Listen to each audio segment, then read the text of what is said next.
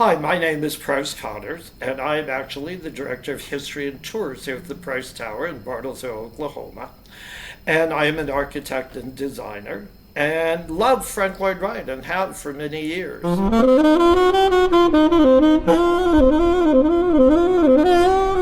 I'm Josh Cooperman. This is Convo by Design, and this is a very special episode because I got to go visit a place that was on my bucket list. It's amazing, and I'm going to venture a guess that you've never been there. When I first moved to Tulsa, I mentioned in the show that something I was most excited about was seeing new things that many, if not most, have never seen. There was something on my list from day one, and I finally had the chance to go and do this, to visit the Price Tower. For those not familiar, the Price Tower is an absolutely exquisite creation of Frank Lloyd Wright. It is constructed of concrete in a very unique shape, 4 quadrants, based on the geometry of a 30-60-90 double parallelogram. It was based on the idea for a Manhattan cluster of buildings, designed and then scrapped in 1929 due to the Great Depression. The Price Tower was designed and built for Harold C. Price to serve as the headquarters for his oil and gas pipeline company. The building was designed to be mixed use and was opened to the public in February 1956. Materials used.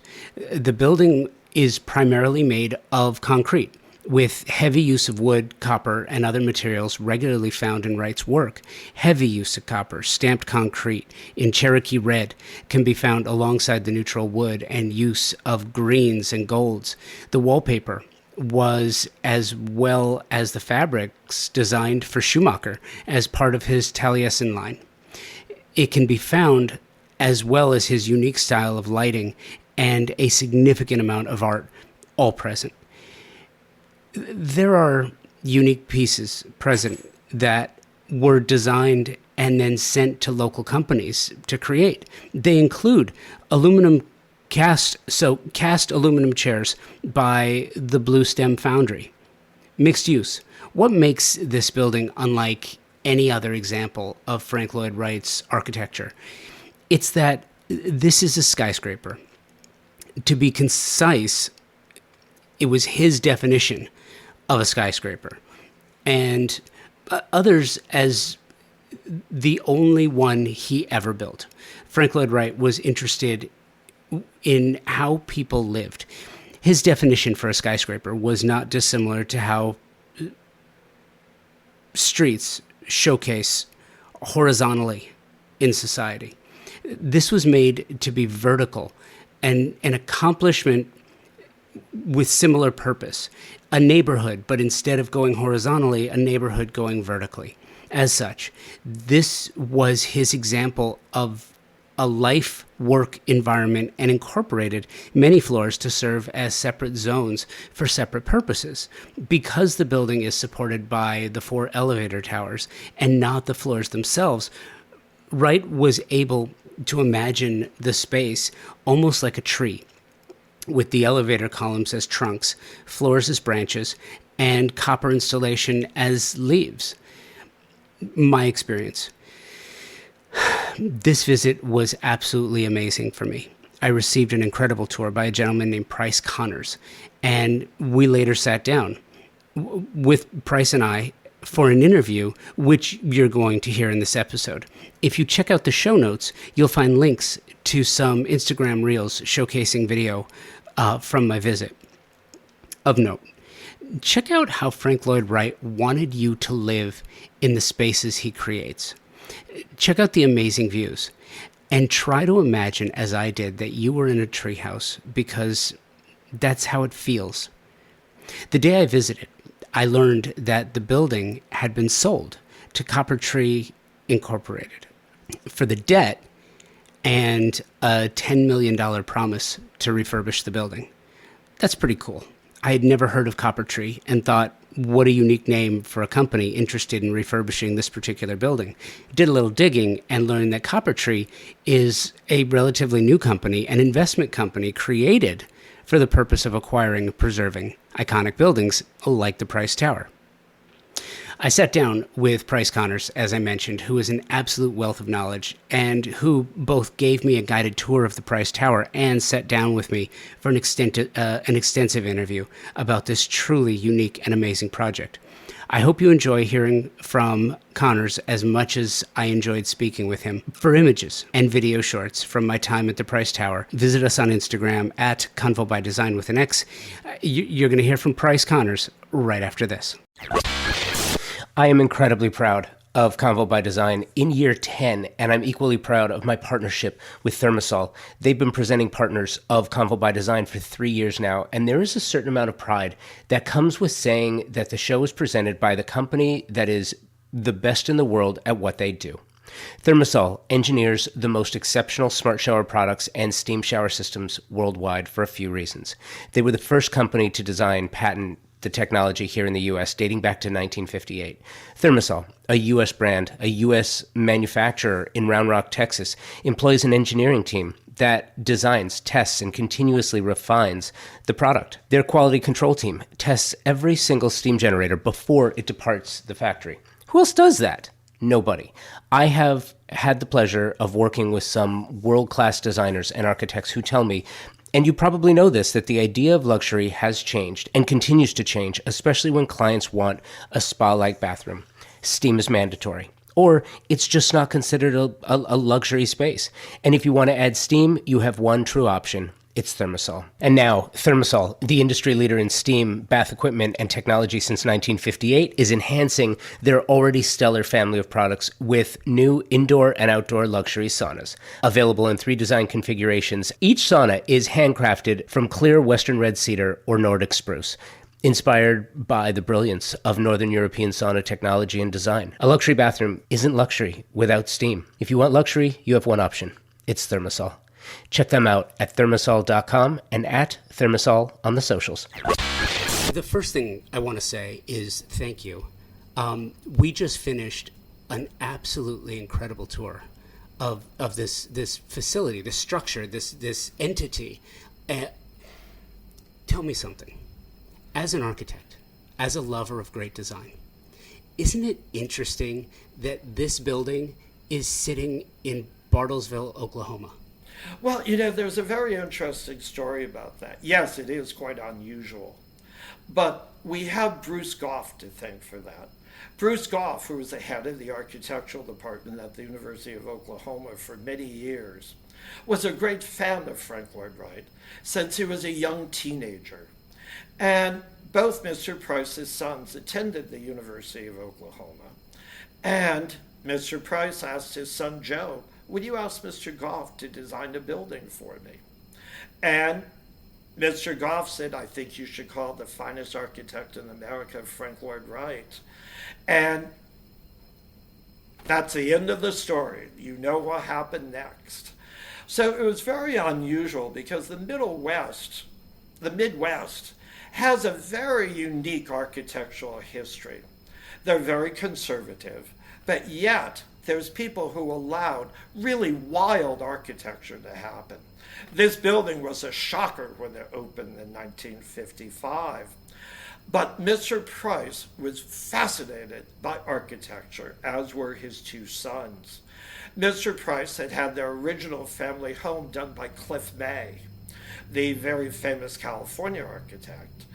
And he continued the whole lines. And a very funny story about this is when he went to Spring Garden, Taliesin East, to talk to Mr. Wright, he looked at the building and he said, what's so great about this building? This was 1952. Cliff May did this for me. And his son said, look at the date on Taliesin. And at that point, Mr. Price realized Mr. Wright was the right one. But he was very accepting of it all. And Bruce Goff was a great part in that. Bruce Goff also did a great deal of work in the city of Bartlesville. And his architecture is way out there. Now, one of the interesting things that I've read is we have a wonderful community center that was designed by one of the apprentices to Frank Lloyd Wright, actually his first one, William Wesley Peters. And I've read the hot debates that were going on.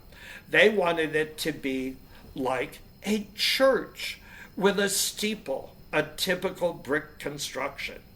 And Phillips Petroleum stepped in and gave the money and brought in Frank Lloyd Wright, an apprentice, to carry on the legacy of Frank Lloyd Wright. Now, also, a few years ago, we closed off the street, created the plaza, and once again, the legacy of Frank Lloyd Wright is continued with the design of the park based on the design of 3 of his students from Taliesin School of Architecture. I have so many questions. I have so many questions for you. And you are so knowledgeable. And the tour that you just provided was nothing short of remarkable. This building is just so groundbreaking at the time, between the use of aluminum, the inclusion of art, the manner in which there are so many different materials used, from the copper, which was used both for its material value as well as its artistic value because of how it would change in color. And then there's the fact that no single side of this structure is the same. This is truly a one-off, and it is unique from top to bottom, starting with the geometric shapes into the stars, into the everything. So much went into the process. As an architect, as someone who has given tour after tour of this particular building, what strikes you most unique about it, knowing that everything is so unique? Do you know what really strikes me is the innovation for the time period? Because as we sit here in the apartment, even the construction of it is unique. All the floors are concrete, which are cantilevered from the 4 major support walls of the elevators. But then that proved to be a problem. How do you light? How do you air condition? Where do the vents go? So as a result, if you look around, you're going to see that he dropped a plenum beneath the concrete ceiling. That is where all of the electrical wires is. And the building was one of the first ones to use the hidden vent, where it's the spineless vent that runs under. So every part of the building was innovative. But one of the things that I've learned as I've been here more is innovations don't always work, okay? We have a heating and air conditioning system that has never really worked, because I read in an old interview that in 1957, in the winter, space heaters were handed out to all the secretaries because it was never warm enough. And Mr. Wright used different kinds of materials. And I don't know if there's scientists out there that know that aluminum and copper are not friends to each other. And all of our copper louvers are attached with aluminum. But I think what I find the most innovative about building are the spaces. But the most fascinating thing here is the light. I'm here all seasons, day, night, anytime. So I've seen it through thunderstorms, which are dramatic with lighting outside, through the bright sunlight, through winter where the whole light changes. And every day that I come here, I find something new to see. A little detail might pop out at me. A little floor cut may pop out at me. And so much of it depends on light. So I think we really have to say that one of the greatest things about the building is the use of light. And in many of his buildings, light is just so important. But here, I think we really become aware of that. And Mr. Wright always wanted the indoor-outdoor connection. And as I'm sitting here on the 17th floor, you look out and you feel that you're actually a part of the outside, no matter where you are. And the way the building is designed with the angles, it's very hard not to look out a window. or see a reflection of a window or something. So it's really the light that I think has really captured the most in here. What's fascinating too, and I agree with you, but what's so fascinating too is you took us through Mr. Price's office. Yes. And you talk about the light, and you talk about the windows. The one area in this entire building where that is completely flawed and faulty is where his secretary would sit to be able to look out the window. That there's a wood panel right in front of her face. Well, you have to remember, her job was to type. Her job was not to look out the window. And we had to get the most efficiency out of her, so give her nothing to look at. And she was really kind of obligated to look at her typing all the time. Now, I think that was, people say, oh, maybe that was just a mistake. I don't believe it was. I really think that he wanted to make sure that she was concentrating. And in a typical office, the areas were divided. And most often the secretaries got the areas with no windows out of the office. And I think back at that time period, today we're executive assistants. But at that time, secretaries were treated much differently. And her job was to type and to wait on Mr. Price. And that was why I think her area number 1 is small. And number 2 doesn't have the windows, so she keeps concentrating on her work. And I do find that very odd, but times have changed. Talking about workers in the building, in Mr. Price's office, can you imagine telling people today that you have to climb a ladder to water the plants and carry buckets of water up? Everyone would say, not my job. Where in the 1950s, people were just like, okay, that's what I have to do. So the times have dramatically changed since this building was built. The whole country has changed since then. But the whole area of working has also changed. It has, and it reminds me back to the original purpose of this building. And you had mentioned this, and I'm hoping you'll tell the story again of what the original purpose of this particular building was. It was broken down into percentage for this, percentage for this, percentage for this, residential, hospitality, right. Office space. There was a purpose to this structure, and everything had its place, and there was a reason for everything. There was. It was actually almost a hierarchy of floors. Now, Mr. Wright considered this his only skyscraper ever built. And his definition of a skyscraper was it must be a multi-use building. And one of the things that is fascinating here is the building is so defined by the multi-use. They were offices, there were 8 apartments, there were dining terraces. But what makes it unique is when you look at the outside of the building, each floor was clearly divided into quadrants. 3 of the quadrants were commercial office space, and that was denoted by horizontal louvers. There was a 2-story residential space on each floor, which was denoted by vertical louvers.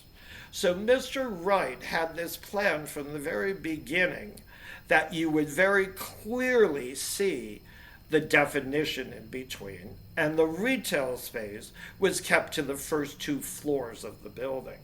So you can almost divide 2 floors retail, commercial residential, topped by the 17th and 18th floor with the Price family corporate apartment, topped by Mr. Price's office on the top floor.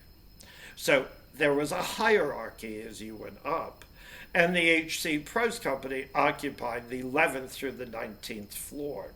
So they were actually the top of the building. And it's interesting to me, too, that when most people might consider a Frank Lloyd Wright home, big, expansive, open, this almost reminds me of a Usonian idea stacked. It actually is very much relates to the Usonian idea, where function. And do you know what I find so interesting about Usonian houses and Mr. Wright's design is, now that we have gone through the McMansion period, and I have to say the McMansion period has been very good for my career as an architect and interior designer, we are now going back to smaller, tighter spaces with everything well designed. Built-in furniture, as you see here. Built-ins for storage. But you know, one of the things that's very interesting, in most of Mr. Wright's home, and including this apartment, there is room for storage. But back in the 1950s, we didn't have the need for storage we need today. This apartment is designed very much almost like a ship. Very compact kitchen, very compact bathrooms. But for the time period, the kitchen was very luxurious. It had all the appliances. And you know, as we go on, we're reflecting back more and more on Mr. Wright's concept of the Usonian house, of smaller spaces, the tiny house movement that has become so popular now. And I think we can relate a lot of that to Mr. Wright's innovations that began back many, many years ago. He had originally tried to do pre-built homes, but one of his important concepts was to try and make great homes available to everyone with the Usonian house. But unfortunately, Mr. Wright wasn't great on budgets. So all the Usonian houses ended up by costing as much as a regular house, if not more.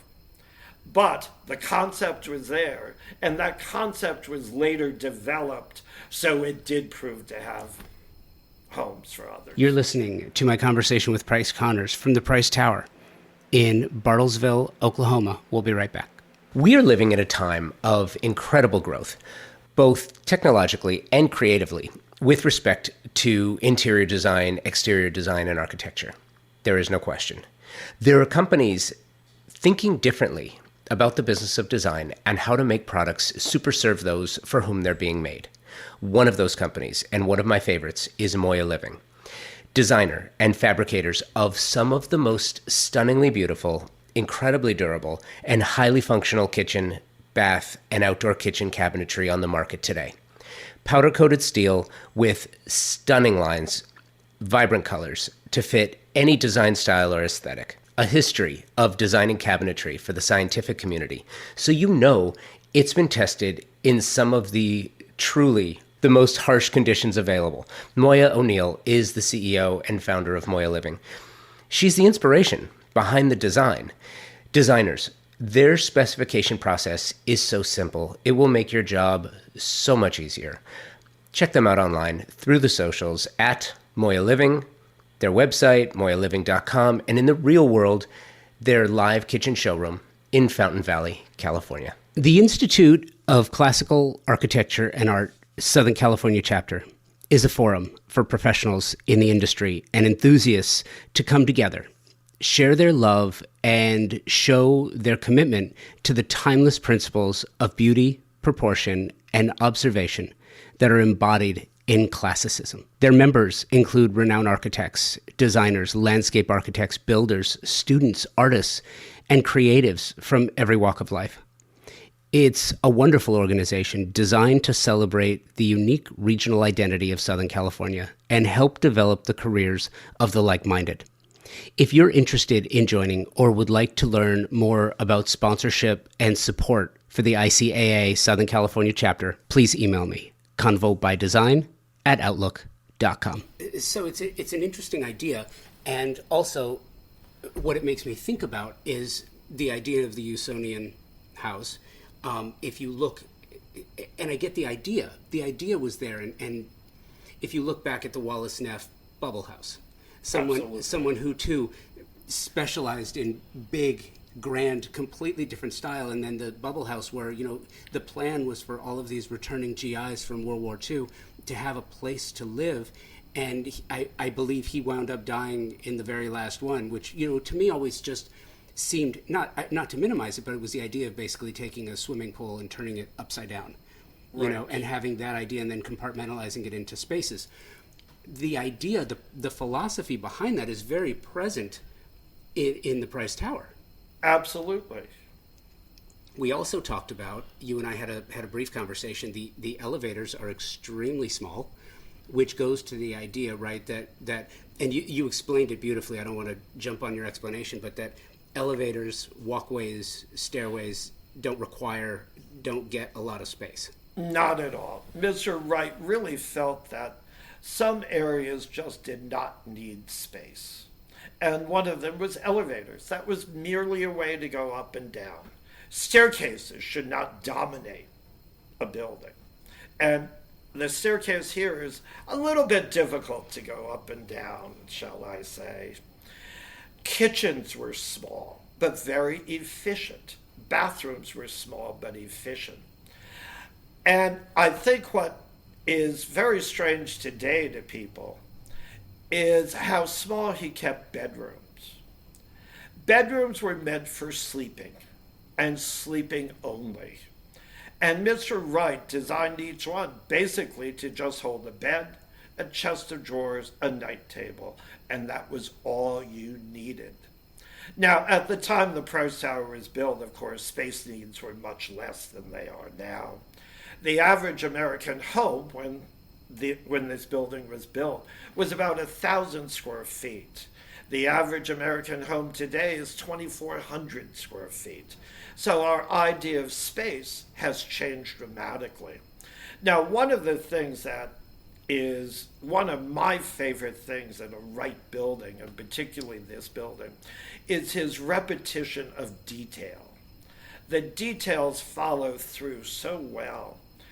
In this building, we have fire stairs, which form a rather dramatic element on the outside. And Mr. Wright repeated those in Mr. Price's building. The outline, the profile of the fire stairs is repeated in the carport supports outside and also in the back of the chairs that he designed for inside. So Mr. Wright very much thought about every detail in the building.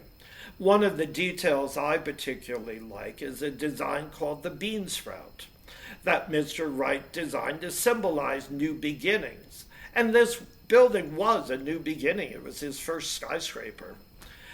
And the bean sprout is a simple little design, but Mr. Wright repeated it into the railings on the staircases.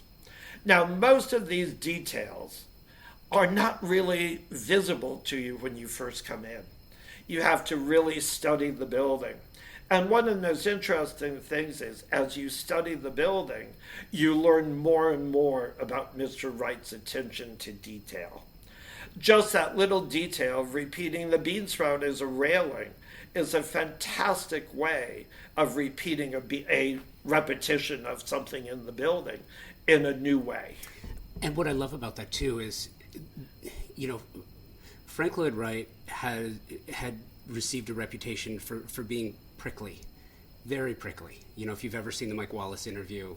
Of course. It's just, that was his personality, that was his character. At the same time, though, you have someone like a Bruce Goff who learned from Mr. Wright. And when you look at the Boston Avenue Methodist Church, you talk about the carried repetition of style and features. You can see that all the way down from the ornamental detail to the structure into the lighting in the parking lot. Right. And you can see that it was taught to him through the process done on projects like this and others. It's fascinating to me. A couple of other things. The artwork in the building's extraordinary, and I was wondering if you would touch on that, but I also wanted to ask you about another thing. So one of the things I learned when I moved from Southern California to Tulsa, Oklahoma, to work on the Design House project is wood. You can go from summer, 90 degrees, 70, 80% humidity, to winter, 5 degrees, 10% humidity. Right. That's not good for some materials. No, and I think a lot of that is represented in the artwork that was chosen to put in here. Mr. Price selected the mural in his office, which is all glass, which is an innate material. And it's composed of glass and mirrors, etc. But none of that moves with the humidity, with changes of weather, etc. So I believe that was actually thought through from day one to choose artwork that would last. Copper is a lasting material that was used as decorative details throughout. And aluminum is also another material that is quite long lasting. So I think a lot of these things were thought about. Now, one of the things that I find very interesting is that even the quotation in the downstairs lobby, which is on the wall, was painted on the wall. Where at that time, most of the time, things were painted on canvases that were then applied. And this time it was painted directly on the wall, which meant that it wasn't affected by humidity. It wasn't affected by changes in the weather. And particularly a lobby area is exposed to every time the door opens, a blast of cold air comes in. But I really feel that all of that was actually thought about as it was going. Now, when we talked about the influence of many people, I graduated from college in Philadelphia, Drexel University, and my thesis for architectural history. Now, remember, this was a few years ago before I ever heard of Bartlesville. My thesis was on the influence of Frank Furness on the work of Frank Lloyd Wright. Now, those of you not from Philadelphia have no idea who Frank Furness is. Frank Furness was a very well-known Victorian architect, very much overdone. But Louis Sullivan was his apprentice. Mr. Wright became the apprentice to Louis Sullivan. And my thesis was tracing back some of the decorative detail from Frank Furness to Mr. Sullivan and how it later ended up being adapted in a much simplified manner by Mr. Wright. So this evolution of decorative detail has been going on for a very long time. And even though Mr. Wright probably wouldn't like to admit it, he did learn from other people. He wouldn't like to admit that, would he? He wouldn't. No, no. But back to the material question again, because to your point, the way that the copper has aged is just extraordinary. And it's funny because we're inside and I'm looking at one of the heated. It's not a fireplace. It looks like a fireplace, but it's a heater, right? Right, a space heater. A space heater, and the copper on it hasn't the patina isn't there like it is on the outside for obvious reasons, I think. No, I can tell you why that is. Yeah. The outside of the building is the tree that escaped the crowded forest. Have you ever seen a tree with shiny copper leaves or dull copper leaves? The outside of the building was treated chemically to be green from day one. So you would think of a tree. Okay. Sorry, does this go back to Mr. Wright's visit? He had always wanted the copper to be that color. So, but they chemically did they chemically treat it because of a timeline, or did they chemically treat it because they just didn't want to wait?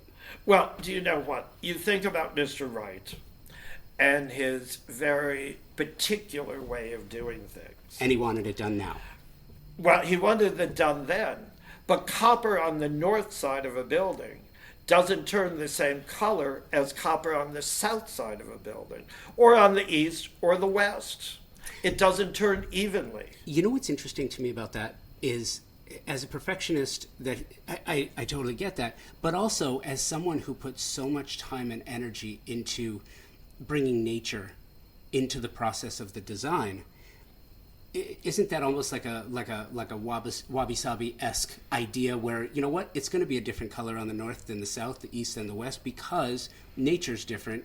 Is that not acceptable? Or the idea that it be that color uniformly was more important at the time. Well, Mr. Wright actually had a color scheme formed for the whole building.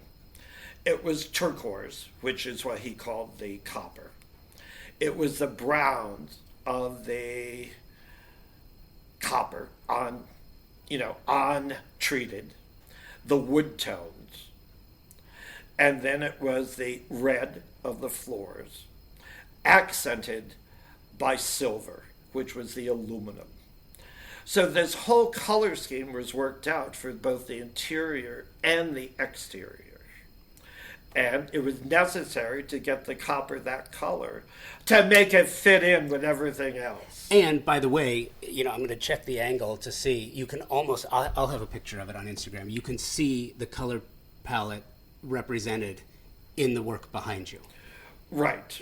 On the wall, which I think is amazing too, how it's artfully done, how it's worked into the spacing of the shelves. It is. This was not originally here. Oh, it was not. It was put in 1956 when the building opened.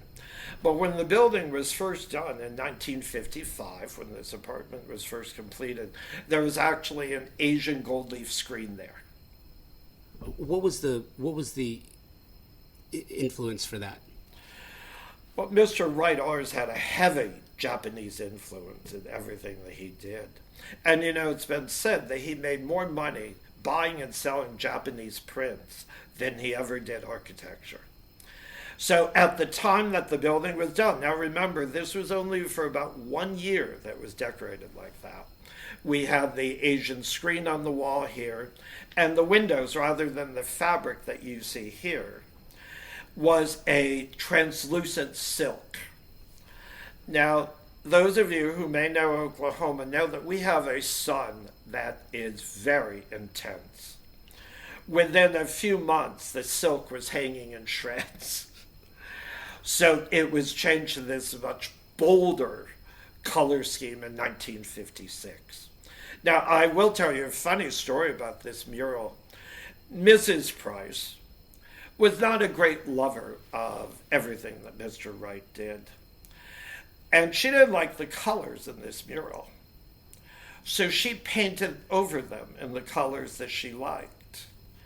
And then this was a very costly, long restoration project to bring it back to pre-Mrs. Price. And as I say, this was a wonderful gift. And I think that whole thing of the blue moon adds a whimsy to this whole wall that is normally lacking. Tell me the influence and impact of the furniture that Frank Lloyd Wright designed for Mr. Price. It's space age in the chairs. There are 3 different styles in his office. A great deal went into the furniture. Absolutely. And the impact of the furniture on the building and the building on the furniture. Now, oddly enough, the 2 chairs that we're sitting in now was Mr. Wright's only venture into commercially available furniture. This furniture was available for 1 year from Hindredon and Company, called the Taliesin line. And it's hard to believe today that it was discontinued after 1 year. Nobody wanted it. It was too sophisticated and high style. Now, the one thing that's interesting about these chairs are, this is probably the only comfortable furniture Mr. Wright ever designed. Because these chairs, I could sit here all day. These are very comfortable. They are chair. incredibly comfortable. They are. Yeah. Which Mr. Wright is not known for. No. Now, the other chairs, which were designed by Mr. Wright, I called them the Beam Me Up Scotty chairs, made out of aluminum, are very Star Trek looking, repeating the carport supports and the fire stairs, a repetition of detail. And they are comfortable for their time period. I'm not going to say they're extremely comfortable. They're made out of cast aluminum. And they were actually locally made by the Blue Sim Foundry in Dewey, Oklahoma. and they were upholstered by Bell's Car Upholstery here in Bartlesville, Oklahoma. No kidding. So do you know, everything that Mr. Wright did, he tried to use for a lot local craftspeople. So let's say the copper on the outside of the building, the louvers, was done by Timmins Sheet Metal Company. And Bartlesville being a small town, whenever we need a repair, we can still call the original company who made the louvers. So Timmins, they're still in business? Yes, they are. No kidding. Yeah, it's, that's a very nice part about Bartlesville. A lot of company lasted a long time. All the furniture that was built in was made locally, according to his designs. The cushions were all made locally. So he did use a lot of local people to do everything. And the man who made these chairs is still alive in Dewey. I spoke to him a month or so ago. And it's fascinating how these chairs are very difficult to make. You look at them, and I shouldn't say this, but many of Mr. Wright's original drawings for the chairs, when you sat in them, broke. So they were redesigned many times.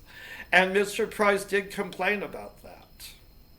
Now, do you know, one of the things, I am an architect, and one of the things that I found out has been a problem forever is getting your client to pay the bills.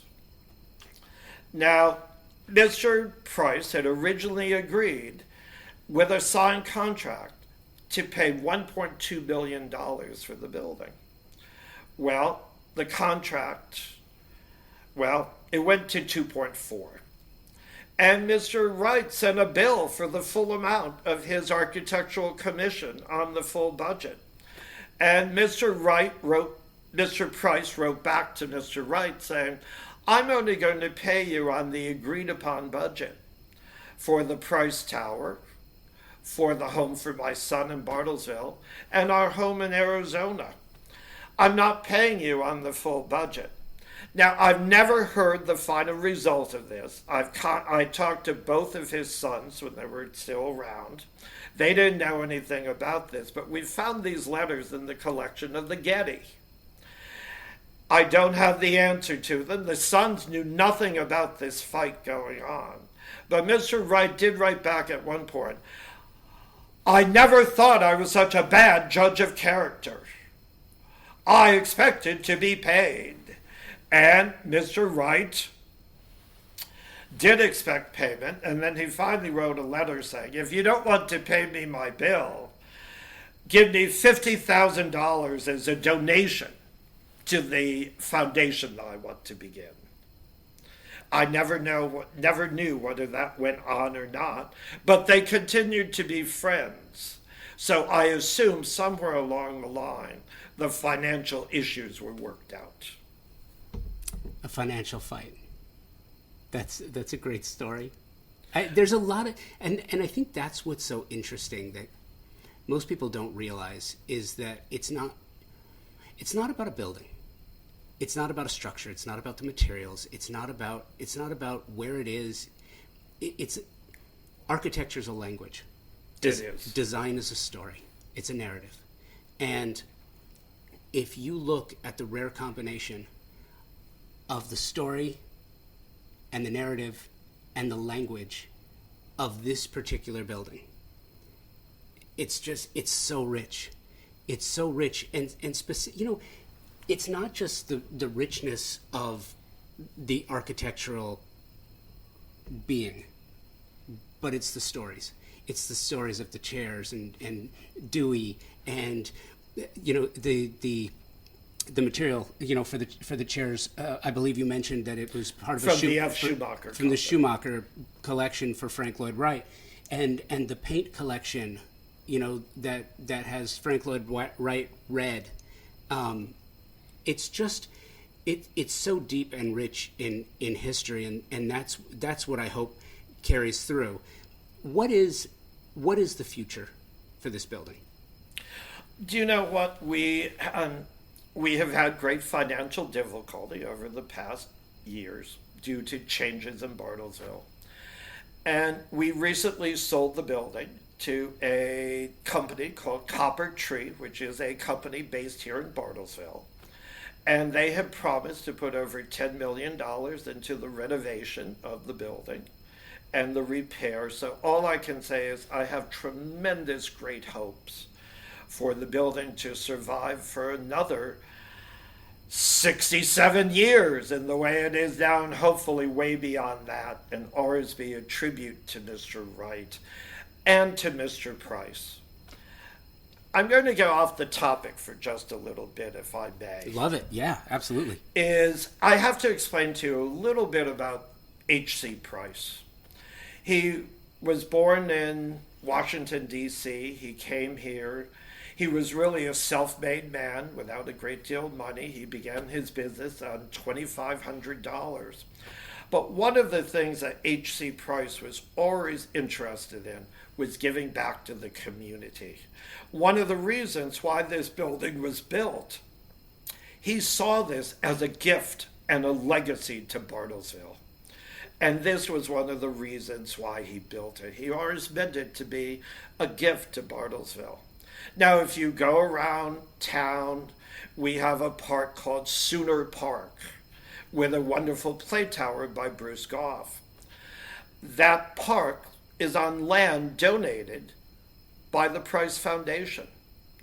Mrs. Price donated the money to build the play tower. Now, I'm always learning something new. And on Saturday night, I was part of a group that was honored at the Legacy Foundation. And they brought up the Boys and Girls Club. So unknown to me, Mr. Price, after visiting Scottsdale, Arizona, saw a Boys Club, remember it wasn't Boys and Girls Club then, the Boys Club, in operation, and decided that Bartlesville needed one. So the H.C. Price Foundation bought the first building that the Boys Club was in.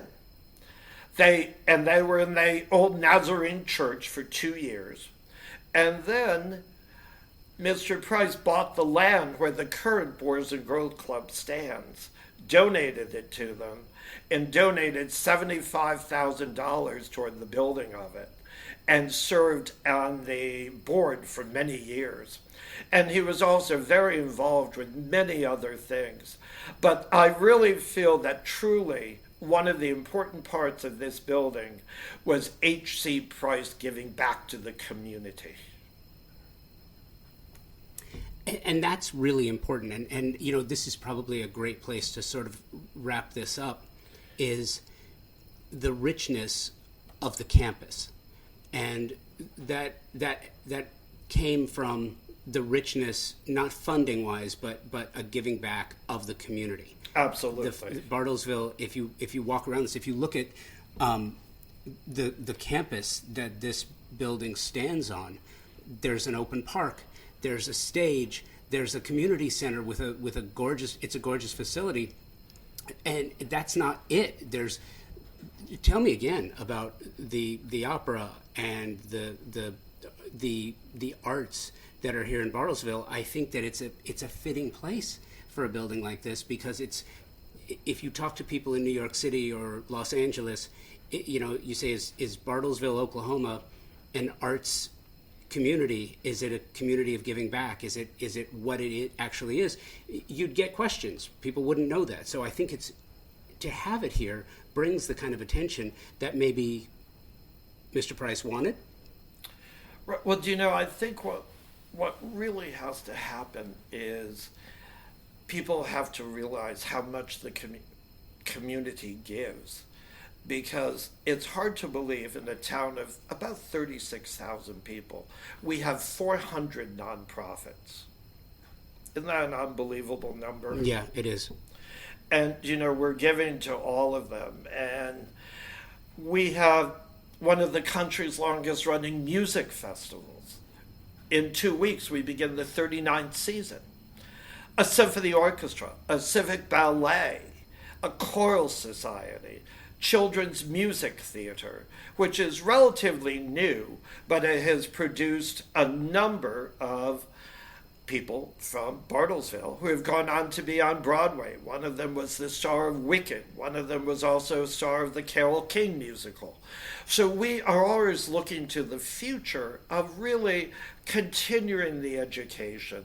And one of the things that I hope when I give the tours of Tower, if I can motivate one child to be an architect, to be a designer, to get involved in the arts, because let's face it, in Oklahoma, children don't really know there's a whole future in design, in architecture and all. So my one hope is that I can inspire in one child the seed of desire to be an architect or a designer, and maybe continue on to be the lifelong dream of Frank Lloyd Wright. Design Hardware's newly remodeled showroom is where you will find a gallery-style space with a thoughtful display of products, purposefully positioned to allow unbridled exploration and discovery. High-end faucets, luxury tile, natural stone, wood floors, and bespoke hardware selections are presented in a holistic manner, strategically arranged to stimulate creativity and transition your vision from the conceptual stage to a fully realized space. Conveniently located, free parking available. Stop by to find your inspiration. Collect samples, get expert advice, and tackle everything on your shopping list all in one place. Visit them online at designhardware.com or in the real world, 6053 West 3rd Street in Los Angeles. You hear conversations about transformative design all the time on Convo by Design. We talk about it all the time. But what does that really mean? Design improves the lives of those who inhabit the space, but it also feeds the creativity and the soul of the creative. Are you looking for a way to give back? The Oasis Alliance is a 501c3 collective of creatives based in and around the Washington, D.C. area with a mission to provide healing spaces to those who are rebuilding, rehabilitating, and recovering. Have you wondered how to apply your design skills to uplift your community? It all starts with a desire and a willingness to share your gifts. Danielle Woodhouse Johnson of the Oasis Alliance and her team are looking for guest designers, in-kind sponsors, and funding to make better the spaces and therefore the lives of everyday people who find themselves coming out of traumatic situations. Check out theoasisalliance.org for more information. Thanks for helping. What an absolutely amazing experience. Thank you, everyone at the Price Tower, for making the visit possible. Thank you to Price for speaking with me and the amazing tour. My hope here was to share this extraordinary piece of American architecture with you. I know that many, if not most, in the U.S. have no plans to visit Bartlesville, Oklahoma, and I imagine it even more challenging for our international listeners. I do encourage you to check out the videos because this is an amazing place. The images and the extra content on Instagram at Convo by Design with an X. Thank you for listening. Until next week, be well and take today first.